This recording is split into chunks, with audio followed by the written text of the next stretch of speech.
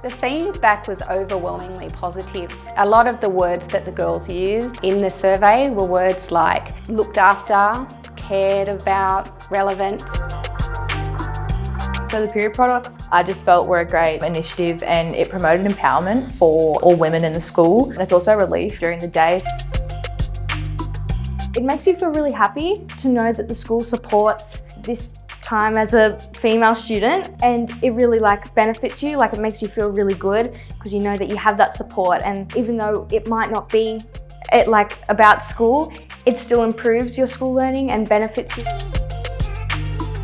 It's definitely a big step forward for everyone, and it makes a lot of people feel a lot safer coming to school.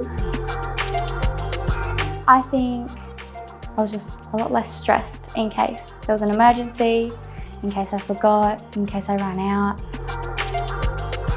I felt really supported as a girl who is menstruating in the school to have free period products. Yeah, it was really good. I've used them myself and I've seen other people using them, and it's really important that we have these products and it's accessible to all girls in the school to really support us.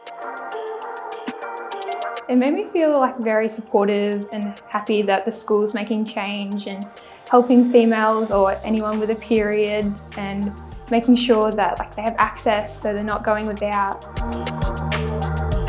It's given the girls a sense of safety and a sense of their dignity being looked after. Previously the students would have to go to the office and ask the office ladies. These days they can just go to the toilet, and if they need to use the period product. So that dignity aspect of the students has definitely come through in the conversations we've had with the girls, as well as through the survey results. And I think the respect that the student body has shown for the trial period has been wonderful. And talking to the girls informally and then informal meetings, they've advocated and said that it's been a wonderful initiative.